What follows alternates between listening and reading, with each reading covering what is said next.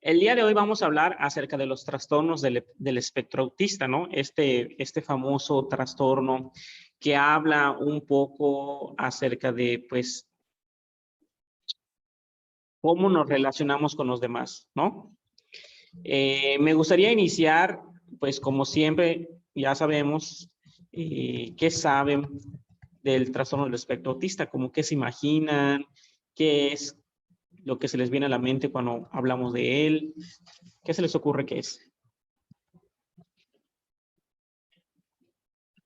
Pues yo tengo, o sea, no sé exactamente muy bien, pero según yo es como que cuando las personas, o sea, lo he visto más en niños chiquitos y así, como que están en su propio mundo, o sea, están como que en su propia onda y como que no son muy sociables, o de repente se pueden como que se molestan así contigo, se pueden poner a llorar o pueden hacer berrinches y así. O sea, como que están muy en su mundo ellos.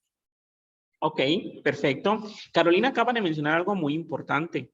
Esto es un trastorno del desarrollo, es un trastorno que usualmente vamos a determinar y diagnosticar precisamente en los niños.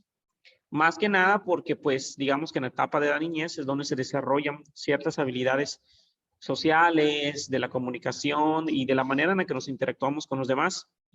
Y precisamente la ausencia o el déficit de algunas de estas habilidades es lo que nos va a prender como que un foquito rojo de que como que algo raro está pasando, ¿no? Y uno de estos elementos, como bien dice Carolina, es una especie de,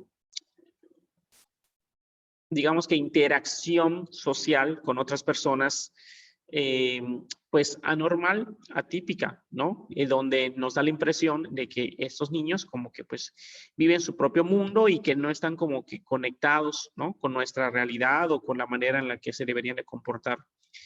Era una especie de relación recíproca con nosotros, ¿vale? ¿Qué más? ¿Qué más se les ocurre? ¿O han visto en las películas? ¿O como que han escuchado? Recuerdo que pueden ser como muy, o sea, su IQ no tiene nada que ver, ¿no? Con su trastorno, o sea, que pueden ser niños muy inteligentes, sin embargo, tienen problemas para relacionarse con los demás y todo eso. No sé si estoy mal. Excelente. Renata está poniendo sobre la mesa algo muy interesante, ¿no?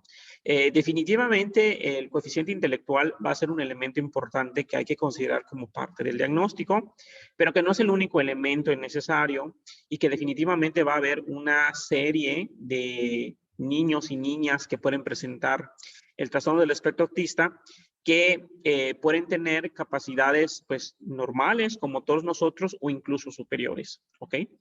Muy bien, vamos con Caro. Veo que hace su manita, Caro. Sí, yo tengo una duda, o sea, no sé si más adelante en la clase se va a decir, pero tengo entendido o sé de que en muchos lugares y así como que no, o sea, que mucha gente se tiene que ir específicamente de México porque no diagnostican a sus hijos con este, o sea, con autismo y así. No sé cuál sea como que la razón o porque a muchas personas como que no se lo quieren diagnosticar, porque sí sé de varias personas que se han mudado a otros países porque no los diagnostican.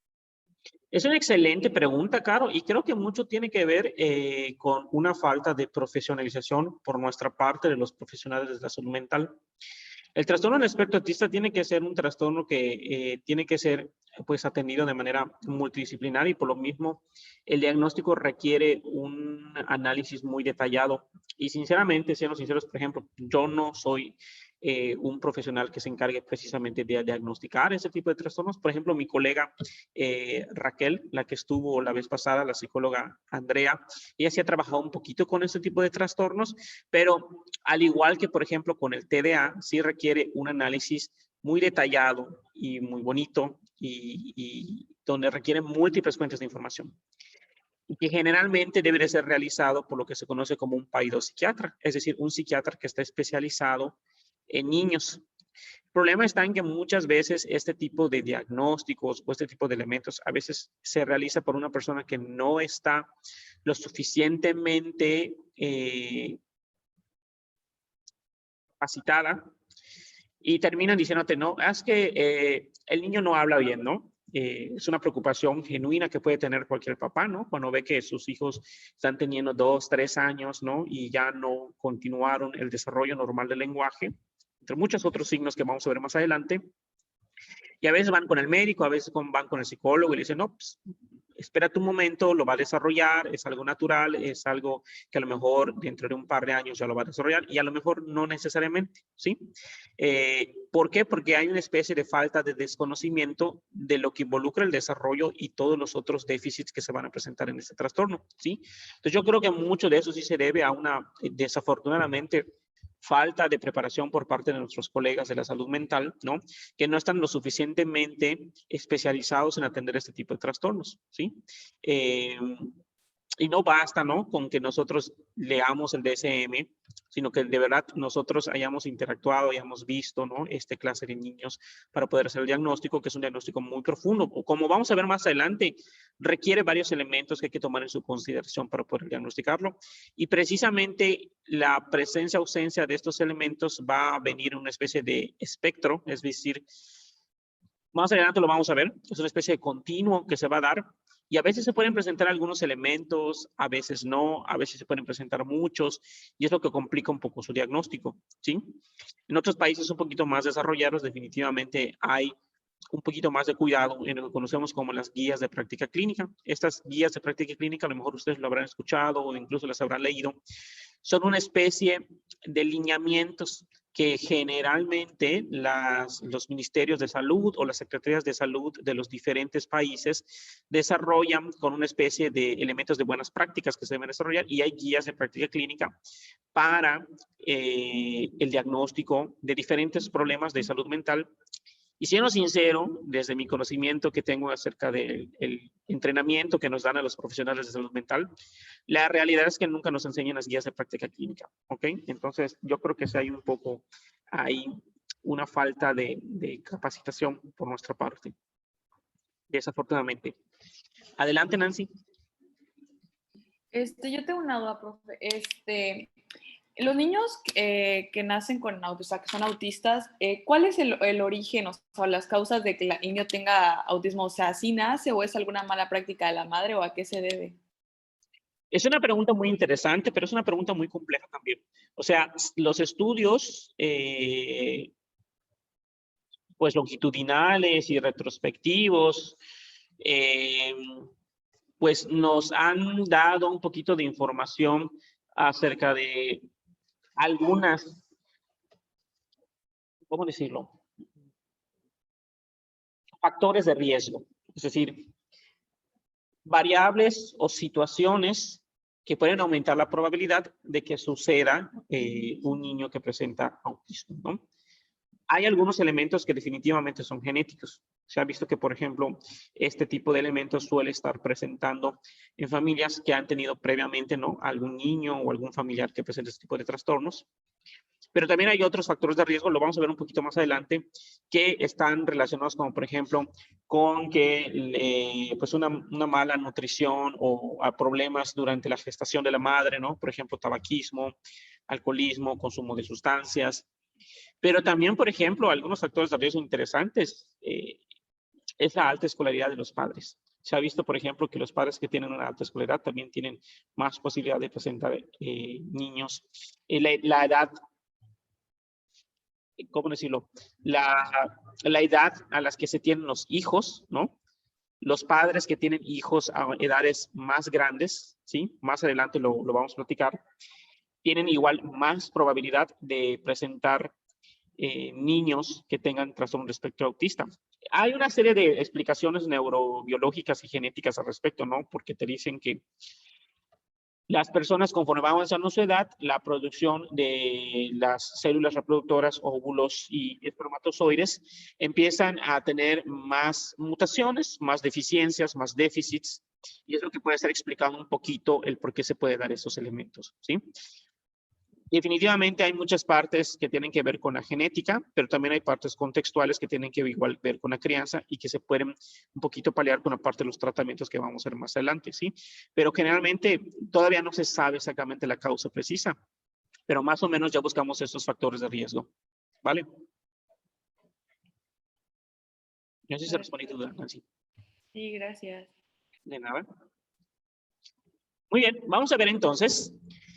Bueno, algunos antecedentes. Realmente el trastorno del espectro autista, como ustedes seguramente habrán leído o habrán escuchado, es un trastorno pues, relativamente nuevo en la historia de los trastornos mentales, a diferencia de otros trastornos como la depresión o la ansiedad o la esquizofrenia, cuyos registros tenemos desde hace cientos de años y en cientos de culturas.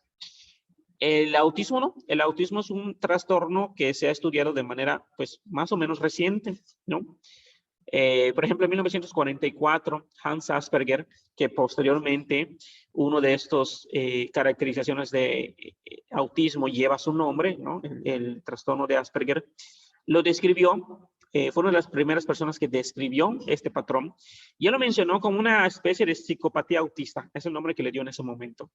Le llamó psicopatía porque estaba detectando que esta clase de niños compartía una serie de características con el diagnóstico de las personas que eran psicópatas, especialmente las que tienen que ver con las relaciones interpersonales, ¿no?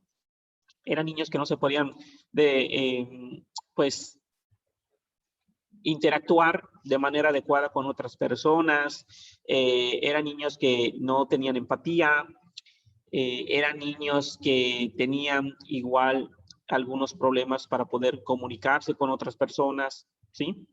Que no les interesaban las otras personas, no tenían atención por otros niños, ¿no?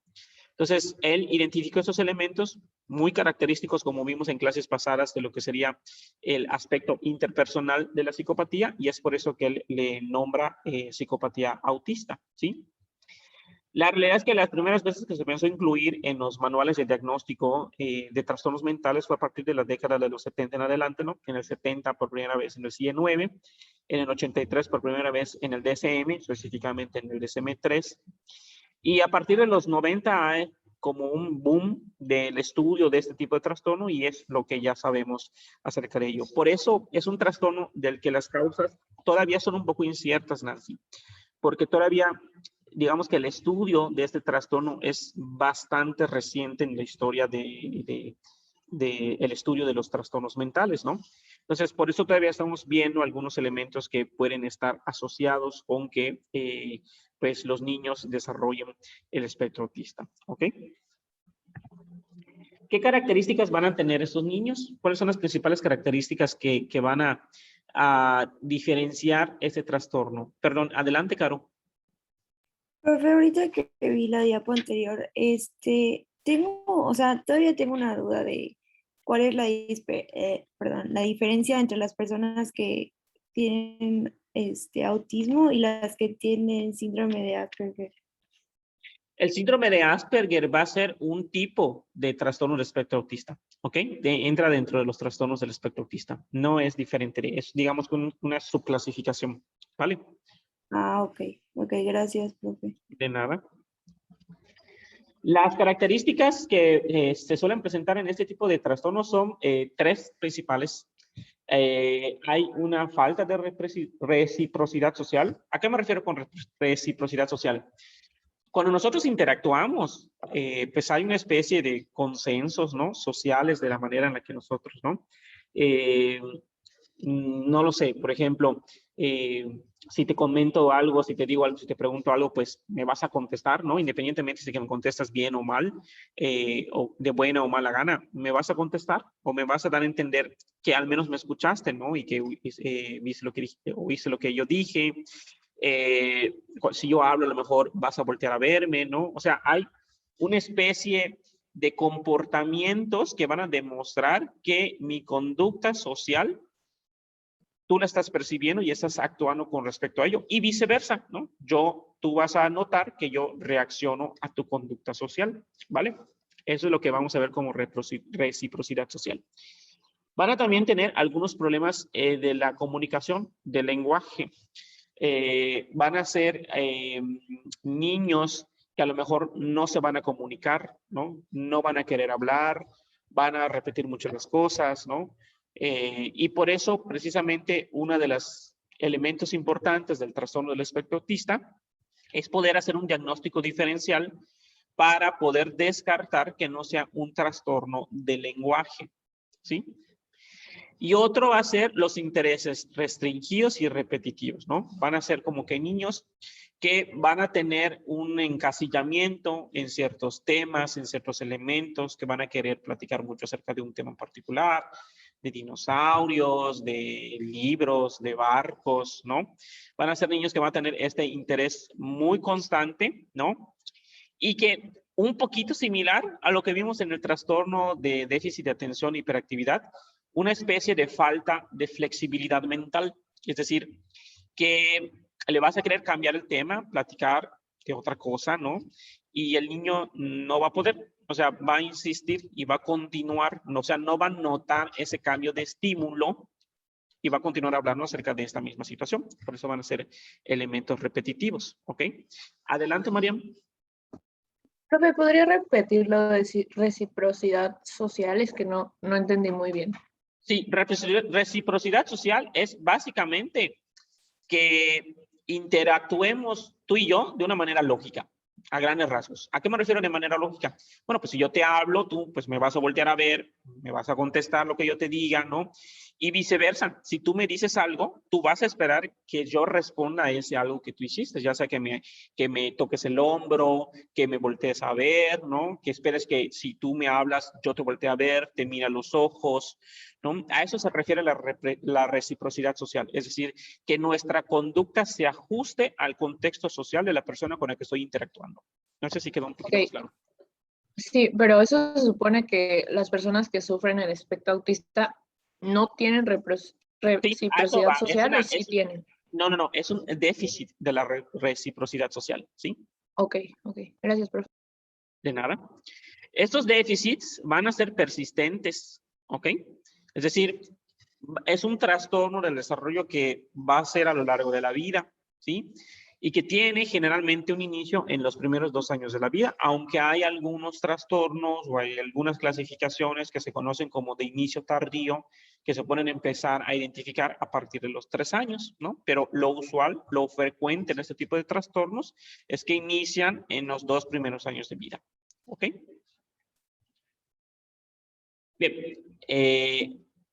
voy a hacer una ilustración muy interesante de lo que antes se consideraba del autismo, en el DSM-4. Ahorita ya cambió un poquito, que también vamos a platicar un poquito acerca de ello, pero creo que nos va a dar una ilustración muy interesante con algunas de las aportaciones que precisamente ustedes dijeron. Podemos considerar el autismo como una especie de trastorno que va a estar relacionado a 2 dimensiones del funcionamiento humano, ¿sí? Por una parte vamos a tener el desarrollo del lenguaje, y por otra parte vamos a tener la inteligencia, ¿sí? El desarrollo del lenguaje, pues es precisamente que yo pueda pues, hablar, interactuar con ustedes, ¿sí? Y la inteligencia, pues es esta capacidad que las personas tenemos para responder a los estímulos, para resolver problemas, etcétera, ¿sí? Entonces podemos verlo como 2 ejes.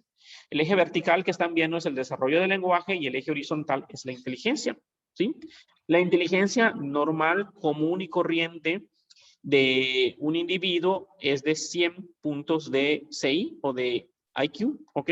Es la inteligencia normal que debería tener cualquier persona común y corriente, ¿vale? Esta caracterización que hacía el DSM-4 me parece muy ilustrativa porque te pone un margen, ¿no? Menor de 80 hasta 70, bueno, de 70 o más. Ya menor a 70 no, porque menor a 70 ya cambiaría el diagnóstico y creo que lo platicamos en una de las primeras clases. Sería lo que estamos considerando, lo que se conocía hace mucho tiempo como un retraso mental y que ahorita conocemos como una discapacidad intelectual que puede tener varios grados, ¿sí? Desde leve hasta la profunda. Pero ya menor a 70 ya lo vamos a considerar una discapacidad intelectual y pues ya no sería propio, ¿no? Diagnosticar a esta persona con un trastorno del espectro autista porque ya entra dentro de otra categoría, ¿sí? Dicho esto, podemos entonces ver en estos ejes que pueden haber niños, niñas que presentan ciertos niveles de inteligencia y ciertos niveles del desarrollo del lenguaje, ¿sí? El desarrollo del lenguaje que estamos viendo de nivel vertical son una especie de desviaciones estándar, ¿sí? Es decir, ese sería un desarrollo del lenguaje, vamos a poner una política, medio, y acá estaríamos hablando de un niño que está, pues, normal, que está como que por aquí arriba, y aquí donde tiene un desarrollo del lenguaje, pues, digamos, con ciertos déficits, ¿sí?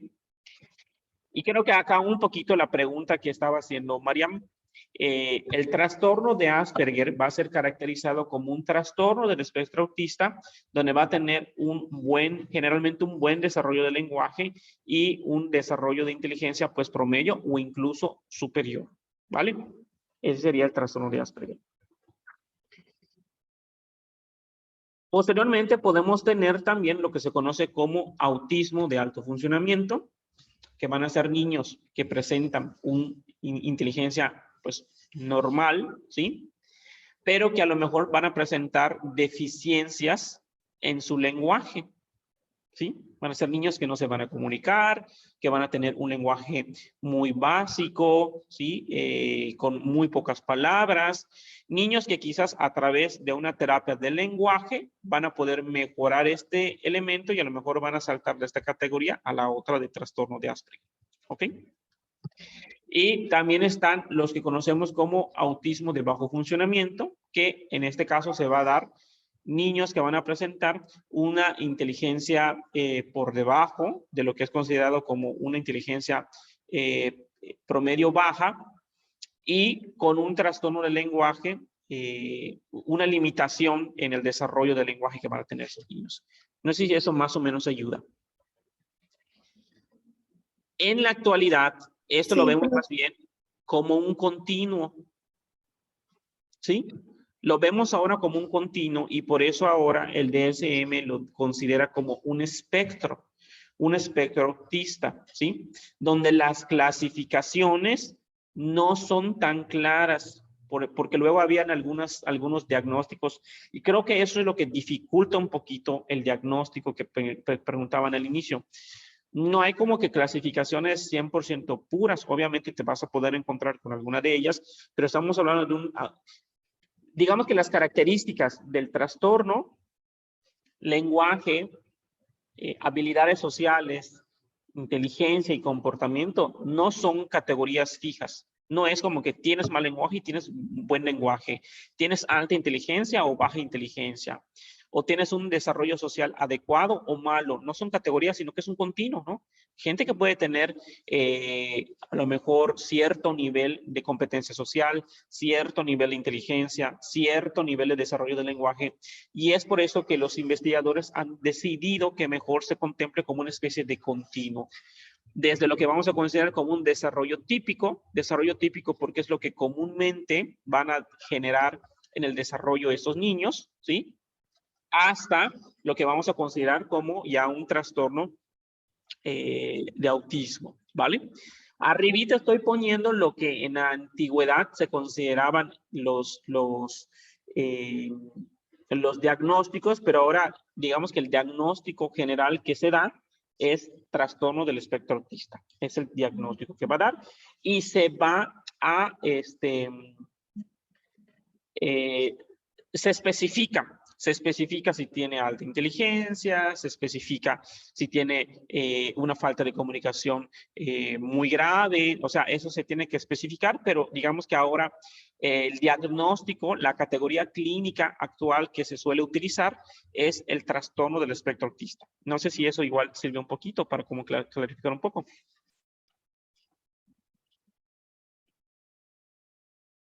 Bien. Ok, prevalencia. En realidad no es un trastorno que sea muy prevalente como otros que hemos visto que pueden llegar a casi el 5 o 6% de la población.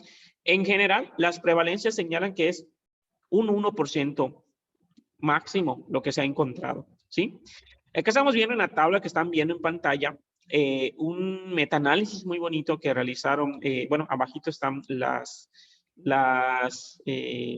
referencias, donde se hizo una especie de análisis de varios estudios de prevalencias de este trastorno y los trastornos del desarrollo en varias partes del mundo y se encontró que en general la prevalencia es de 17 niños por cada 10,000. Y si estamos considerando ya los trastornos del desarrollo ya un poquito más general, donde van a encontrar también Asperger, ¿no? Bueno, este es un estudio un poquito antiguo, por eso todavía se contemplaban estas otras categorías, pues puede subir hasta un 62 niños por cada 100,000, por cada 10,000, perdón. Algunos estudios en México tienen resultados más o menos similares, ¿no? 87 por cada 100,000 niños, ¿sí? Que no representa en ninguno de los 3 casos ni siquiera el 1%, ¿no? Es casi, redondeando, sería el 1%, ¿vale? Entonces es un trastorno realmente poco frecuente. Hay la tendencia, hay la idea, con la evidencia empírica, definitivamente, de que los diagnósticos han estado aumentando, ¿sí? Se tiene la hipótesis de que este aumento en los diagnósticos se debe a varias razones. Una de ellas es que cada vez se tienen instrumentos más específicos para poder hacer el diagnóstico, ¿sí? Pero al mismo tiempo también existe cada vez una mayor sensibilización por parte de los padres para el diagnóstico de este tipo de trastornos, ¿no? Entonces, cada vez los padres están más alertas de estos elementos para que puedan llevar a sus hijos a un profesional de salud mental y pues se puedan identificar estos trastornos, ¿sí? Y además de que cada vez sabemos un poquito más. La evaluación, bueno, hay escalas de evaluación definitivamente. Acá estamos viendo una, el MCHAT, que tiene su escala en español, que tiene una alta sensibilidad y una alta especificidad.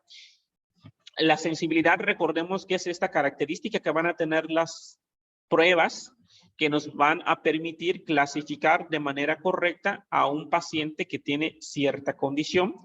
Y la especificidad se refiere a que podamos descartar correctamente a un paciente que no tiene la condición. Es muy importante que se cumplan esos elementos, que tenga una alta sensibilidad, una alta especificidad. Y mientras más cercano es a 1, más alta va a ser esa sensibilidad y esa especificidad. Podemos ver que este es uno de los instrumentos más útiles. No es el único. Hay otros, muchos instrumentos que existen, pero es uno de los más útiles porque está adaptado a español y además está dentro de la guía de práctica clínica del trastorno del espectro autista que maneja la Secretaría de Salud de aquí de México. Entonces, hay muchos más, pero no es lo único. Recordemos que un diagnóstico de un trastorno psiquiátrico requiere una recolección de varias fuentes de información. Requiere que el profesional no solamente aplique esta escala, sino que haga entrevistas con mamá, con papá, con el profesor, con la familia, que haga observaciones clínicas del niño, que vea cómo interactúa con mamá, con papá, cómo juega con otros niños. La interacción que va a tener con otras personas para este trastorno es especialmente importante porque varios elementos tienen que ver con la interacción que se tiene, ¿vale? Factores de riesgo, que es un poquito lo que estamos platicando, insisto, todavía es incierto cuáles son las principales causas, pero hemos detectado algunos elementos. Una edad materna o paterna avanzada, o sea, mamás y papás que cada vez tienen una mayor edad al momento de que deciden tener hijos, ¿no? Es una de las principales razones, ya platicamos por qué, ¿no? Tiene que ver con la generación de los gametos masculinos y femeninos que suelen a mayor edad tener una mayor cantidad de mutaciones, y que además eso también explica un poquito por qué las tendencias actuales del aumento de los diagnósticos de autismo, porque cada vez es más también la tendencia social de que las parejas esperan a tener una edad un poquito más avanzada para empezar a tener sus primeros hijos, ¿vale? Fallas sociales y sutiles en los padres. Eso está interesante, ¿no? Porque se ha visto que generalmente los padres que tienen un hijo que tenga trastorno de espectro autista, digamos que estos padres quizás ya presentaban fallas en su interacción social sutiles, pero que ahí estaban, ¿vale? A lo mejor era funcional, socialmente hablando, el papá, ¿sí? Pero que a lo mejor esta interacción puede estar causando también en cómo se está desarrollando ciertas partes que están relacionadas con la interacción social del niño a nivel neurobiológico, ¿sí? Entonces, por eso, por ejemplo, padres de muy alta escolaridad que tienen profesiones como, por ejemplo, ingenierías, ¿no? O personas que, académicos que desafortunadamente los académicos tenemos hay una alta prevalencia, ¿no? De académicos que tenemos varias faltas de habilidades sociales, puede estar explicando por qué la alta escolaridad también está asociada a al autismo, ¿ok? ¿Qué más? De hecho, yo tengo, no es un familiar mío, porque realmente es un familiar de mi cuñada, la esposa de mi hermano. Ellos tienen, ella tiene una hermana que tiene 2 hijos que tienen trastorno del espectro autista, ¿sí? Dos o 3, no recuerdo, creo que varios. Yo leyendo esto, o cuando ella me contaba la historia, pues realmente tenían muchos factores de riesgo. Eran personas con una alta escolaridad, los 2 son médicos, doctores, los 2 son, esperaron una edad muy avanzada para tener sus hijos, ¿no? Y ¿qué más? No está acá, pero igual uno de los factores de riesgo es los métodos de fecundación artificial, también está asociado. Y me parece que ellos también recurrieron a esos elementos porque tenían unos problemillas allá para concebir a sus hijos. Entonces tenían varios de los factores de riesgo y pues como que todo se juntó, ¿no? Y me parece, estoy casi seguro que debe haber por ahí algún elemento genético, y ahorita les voy a decir por qué. Adelante, Caro. Ajá, ahorita que dijo que fueron varios hijos que, o sea, padecieron esto, bueno, quitemos, o sea, su caso de que pues tienen las características que hacen que pudieran tener hijos así, o sea, un matrimonio normal que no cumpla con esas características. Si un hijo nace con autismo, o bueno, ajá, tiene eso, ¿existe la posibilidad de que el otro, o sea, sea más propenso a tenerlo o no tiene nada que ver? A Sí, menos que sea es genético, ¿no? probable porque probablemente sea un aspecto genético o del ambiente, a lo mejor la comunicación, la exposición a ciertos, por ejemplo, se ha visto que a ciertos herbicidas, metales pesados, también puede tener alguna asociación. Entonces, probablemente estas familias que a lo mejor no tienen algún historial, probablemente estuvieron expuestos a algún elemento epigenético que pueda haber modificado la generación de sus gametos masculinos y femeninos. Y probablemente sí tengan una mayor probabilidad. Sí se ha visto que el riesgo, ¿no? En familias que ya tienen un hijo que tiene TEA, tienen más probabilidad de tener otros hijos así. Eso sí. Y también puede ser aquí o como más adelante.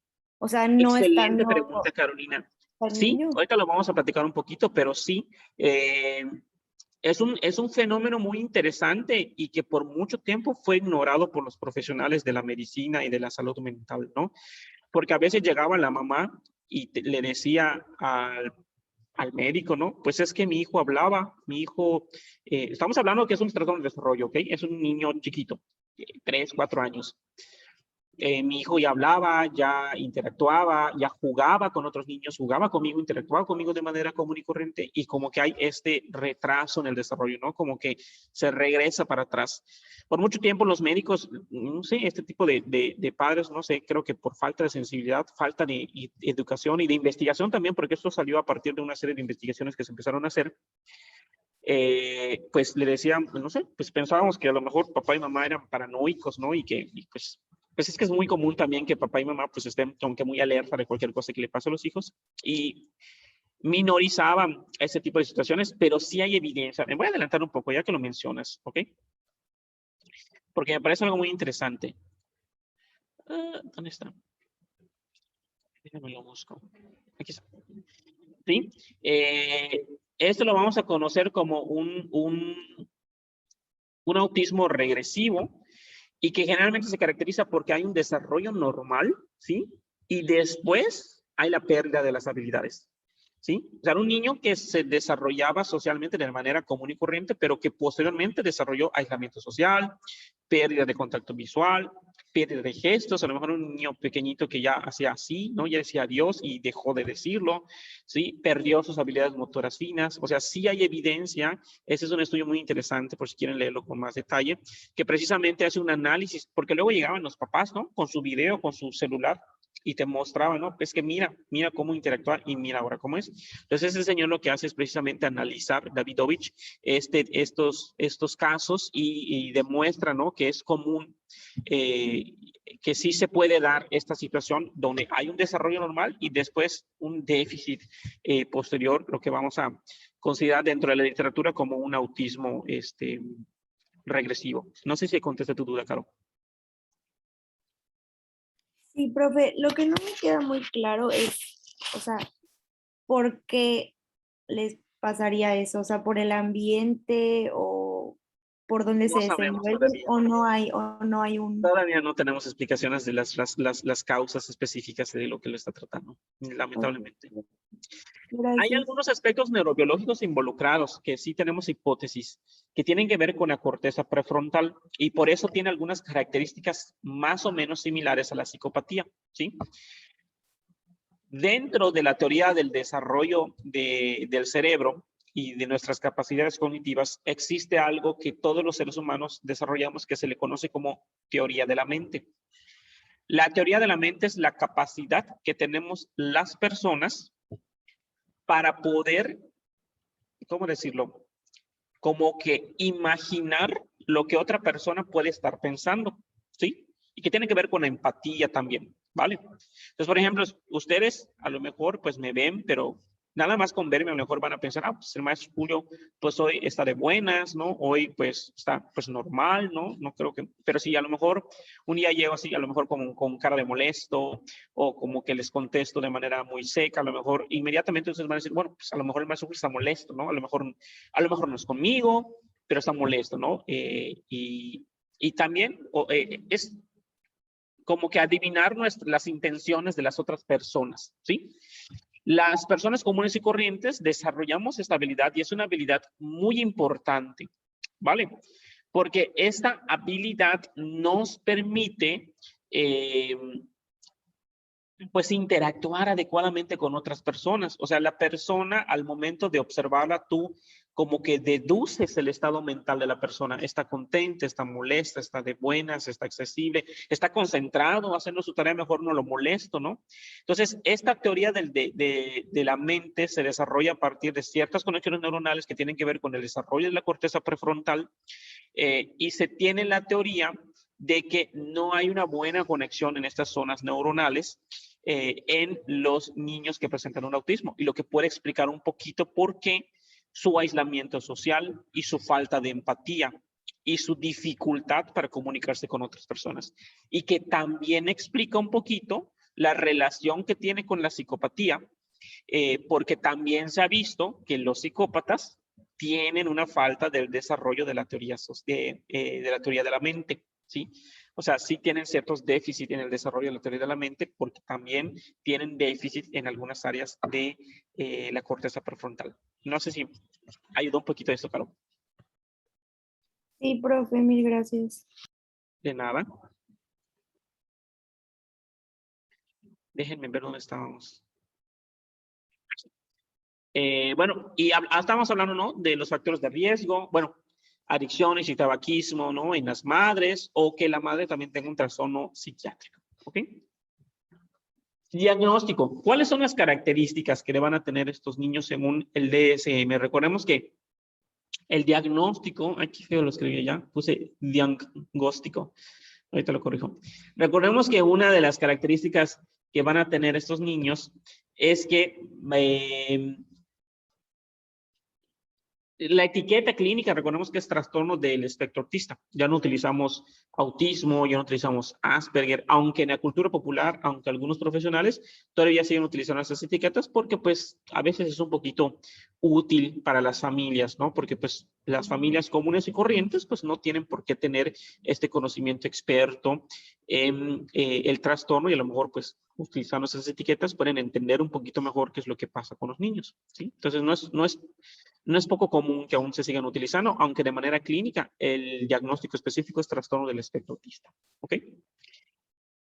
Bien, bueno, van a presentar deficiencias persistentes en la comunicación social y en la interacción social en diversos contextos, manifestado por lo siguiente actualmente o por los antecedentes que pueden haber, ¿no? De los siguientes ejemplos que vamos a dar, ¿sí? Deficiencias en la reciprocidad socioemocional, ¿no? Que varían desde un acercamiento social anormal ¿sí? Es decir, el niño no se acerca a las otras personas, es un niño que parece que está aislado, ¿sí? Fracaso en la conversación normal, ¿sí? En ambos sentidos. Es decir, no solamente él no se puede comunicar adecuadamente conmigo, ¿sí? Porque a lo mejor yo estoy hablando de algo y él de repente ni siquiera me presta atención y empieza a hablar de otra cosa. O al revés, yo quiero hablar de otra cosa y él es como que me ignora y quiere continuar hablando de esta otra cosa, ¿sí? También pasando por la disminución de intereses, a lo mejor quiero hablar de esto o ya me cansé de hablar de este tema y él no nota en mi lenguaje corporal, mis expresiones faciales, que a lo mejor ya estoy un poquito harto del tema y no es capaz de hacer este cambio en cuanto al tema, ¿sí? ¿Qué más? Pero, emociones o afectos compartidos, ¿sí? Es decir, no comparte, no es capaz de identificar pues mi alegría o mi molestia en mi lenguaje corporal, ¿sí? Y fracaso en iniciar o responder a las interacciones sociales, ¿no? A lo mejor no sabe cómo responder cuando le digo hola, ¿sí? Las deficiencias en las conductas comunicativas no verbales, ¿sí? No verbales utilizadas en la interacción social varían. Por ejemplo, desde una comunicación verbal o no verbal poco integrada, es decir, como que no tiene gestos, ¿sí? Es una comunicación plana que pueden presentar estos niños, pasando por anomalías de contacto visual, ¿sí? Es decir, no prestan atención, estoy hablando y no me está viendo a la cara, o sea, no es capaz de hacer contacto visual conmigo, ¿sí? O de lenguaje corporal, o deficiencias en la comprensión o el uso de gestos, o sea, no puede comprender mis gestos, mi lenguaje de mi cara no lo lee, no nota si tengo una sonrisa, que estoy contento, hasta fallas en la total expresión facial. Ese puede ser que el niño del plano no presente ninguna expresión facial, puede parecer como que muy fría su comunicación. Las deficiencias en el desarrollo, mantenimiento y comprensión de las relaciones van a variar, ¿sí? Por ejemplo, dificultades para el ajustar su comportamiento en diversos contextos sociales. No se da esta flexibilidad mental que decíamos, no puede darse cuenta de que a lo mejor lo que está haciendo es inapropiado y que tiene que cambiar el comportamiento. Pasando por dificultades de compartir juegos imaginativos. Este está muy interesante, porque estos niños a lo mejor son buenísimos jugando con otros niños con cosas tangibles como legos, rompecabezas, pero ponle un juego imaginativo, ponle un juego que requiere la fantasía y no lo va a poder hacer. ¿Por qué?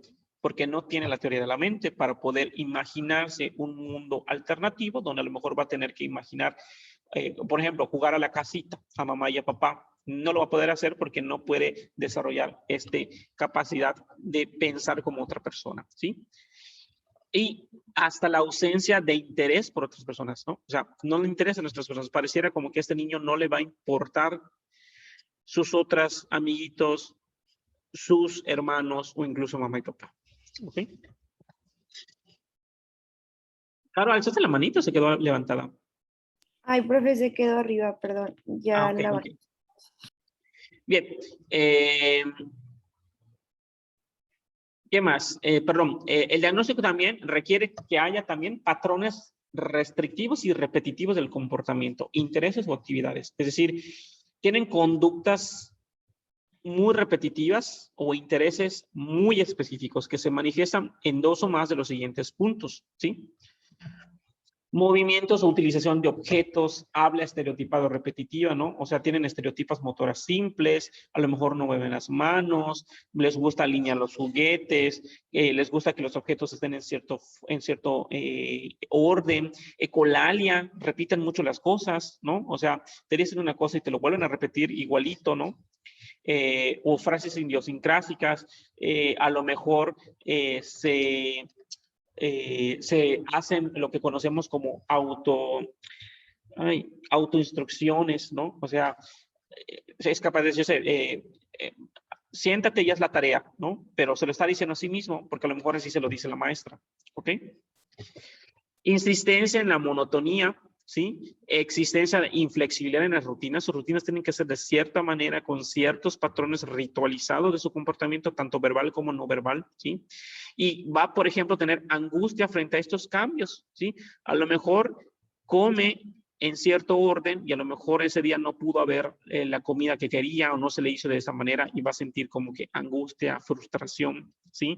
Dificultades con las transiciones, va a tener pensamientos rígidos, tiene que ser de esta manera, rituales, ¿no? De la manera en la que se comporta, en la manera en la que saluda, necesidad de tomar el mismo camino o de comer los mismos alimentos cada día. Y aquí está una cosa interesante. Esos niños van a ser un poquito picky, ¿no? Al momento de su comida.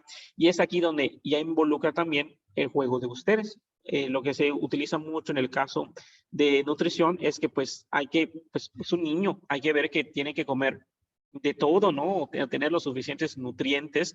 Y pues nosotros sabemos que diferentes nutrientes están en diferentes alimentos. Entonces aquí es una tarea muy compleja porque pues no son niños que van a responder de manera común como lo hace cualquier niño, ¿sí? Y vamos a tener, ustedes van a tener que buscar la manera de cómo variar la alimentación de tal manera que pueda ajustarse a los patrones de comportamiento rígidos de estos niños, pero que les permita consumir esos nutrientes necesarios. Entonces, digamos que la intervención nutricional también es importante. Intereses muy restringidos y fijos, que son anormales en cuanto a su identidad y foco de atención. Ajá. Es decir, es un niño que a lo mejor va a tener un interés sobre cierto tema en particular, sobre los barcos, sobre los trenes, dinosaurios, pero así muy inusual y muy fijo, ¿sí? Apego por objetos inusuales, ¿sí? A lo mejor una frazada, a lo mejor un juguete, intereses excesivamente circunscritos y perseverantes. O sea, va a incluir, va a continuar insistiendo en hacer estas cosas. Puede haber hiper o hiperreactividad hacia estímulos sensoriales, es decir, luces, el ambiente, el calor, el frío, pueden ser hipersensibles, pero también hiposensibles a estos elementos, ¿sí? A lo mejor no sienten, o pareciera que no sienten, son niños que a lo mejor se rascan en alguna parte del cuerpo y como no tienen esa sensibilidad común y corriente de todos nosotros, pues a lo mejor se pueden generar algún tipo de lesión, de rascarse tanto, ¿no? Entonces puede ser tanto una hiperreactividad como una hiporreactividad a esos estímulos sensoriales, ¿sí? Las luces, al ruido, por ejemplo, a los olores, a las texturas.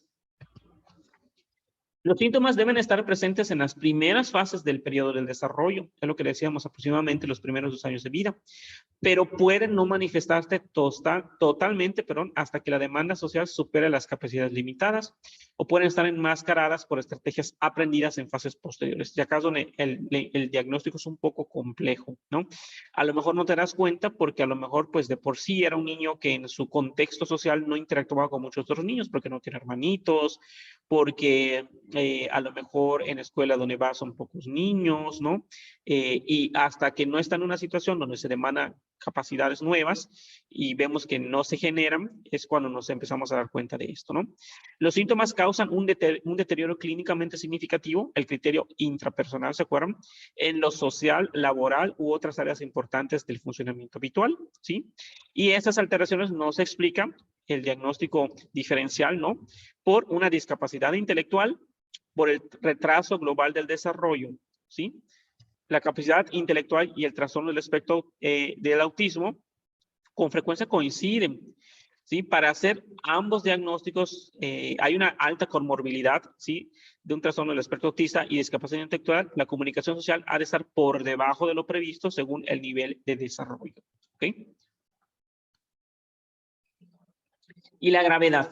Hay que especificar la gravedad.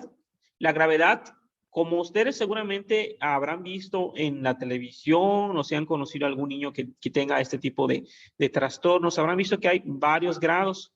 Hay desde los que necesitan una ayuda muy notable, ¿sí? Es esa descripción que da el DSM-5, hasta, me voy a adelantar un poquito, que solamente necesita un poquito de ayuda, ¿sí? Entonces, allá la comunicación social le dice es una ayuda in situ. Sin ayuda in situ, las deficiencias en la comunicación social causan problemas importantes.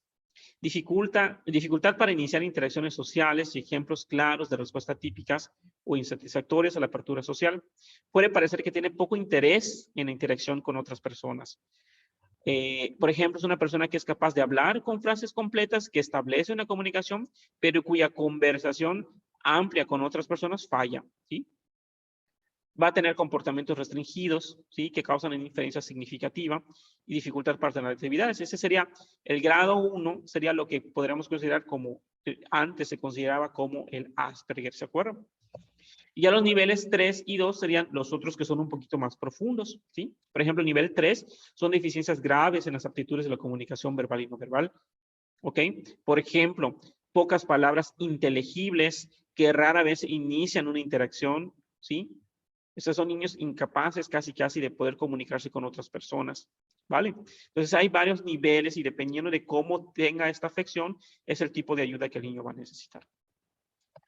Y eso nos lleva a un punto muy importante, que es, ya para terminar, porque ya casi terminamos la clase, los tratamientos. Los tratamientos, el tratamiento que debe tener, pues hay tanto farmacológico como no farmacológico. Estos niños deben empezar con una dosis baja. Los estudios demuestran que son muy sensibles a los efectos secundarios de los síntomas. Pero generalmente se tratan los problemas conductuales, ¿no? Como la impulsividad, la hiperactividad, etc. Hay como que sus medicamentos ya contemplados dentro de las guías de práctica clínica. Y la no farmacológica es una de las más importantes porque requiere psicoeducación con la familia. La familia tiene que estar educada de qué se trata este tipo de trastorno, qué es lo que va a esperar, ¿sí? Con respecto a esos niños. Puede tener terapia física para mejorar algunos problemas motores, terapia de lenguaje para mejorar los elementos de la comunicación y nutricional, como habíamos platicado, en la selectividad de los alimentos, porque van a ser niños que a lo mejor van a estar muy enfrascados en comer ciertos tipos de alimentos, ¿vale? Muy bien. ¿Alguna duda hasta aquí? Todo claro, profe. La tarea, que va a ser una tarea divertida, espero, es que vamos a ver un capítulo, en la siguiente clase lo vamos a ver, ya no da tiempo hoy. Esta serie, no sé si alguien la ha visto, si alguien ha visto que levante la manita, que está muy bonita, que se llama Atypical. Vamos a ver el primer capítulo, lo vamos a analizar como hemos analizado otros casos, ¿no? Una descripción breve del caso y de acuerdo a lo que se muestra en el capítulo, pues estar atento de los signos, de los síntomas, de lo que lo platicamos en casa, que nos puede ayudar quizás a justificar que se tenga un diagnóstico de un trastorno del espectro autista. ¿Vale? Entonces, no sé si alguien tenga alguna duda para terminar, porque ya casi son las 1:10. Voy a dejar de compartir. Profe, esta la vamos a ver cada quien por su parte o la vamos a ver la No, próxima lo vamos a clase? ver en clase. Ok. Sí, esa que la película no la vimos porque la película tardaba mucho, pero como es un capítulo, no debe haber problema. ¿Ok? Profe, ¿y la tarea para cuándo sería? Muy buena idea fijar fecha. Por cierto, antes de que terminemos, se me había olvidado comentarles, parcial como tal va a ser a partir de las tareas, ¿vale? No va a haber como que un examencito o algo así, ¿ok? Sí les voy a poner un examen, pero no va a contar con el parcial porque va a ser una especie de piloto de lo ordinario. El ordinario sí va a ser un examen, pero les voy a poner un piloto antes para que sepan cómo va a ser, ¿vale? Para que estemos familiarizados. Ya lo platicaremos cuando sea el piloto, ¿ok? Pero el parcial va a ser a partir de las tareas, entonces sí les agradecería que si se han atrasado en alguna de las tareas que se necesitan enviar, por favor que traten de ponerse al día para que podamos, pues para que no pierdan los puntos, ¿vale? Y para que todos podamos aprobar. La tarea sería a más tardar para el próximo lunes, ¿sí? Que sería la siguiente clase. ¿Ok? Gracias. Sí, profe. ¿Alguna duda, chicos y chicas? Voy a dejar de grabar.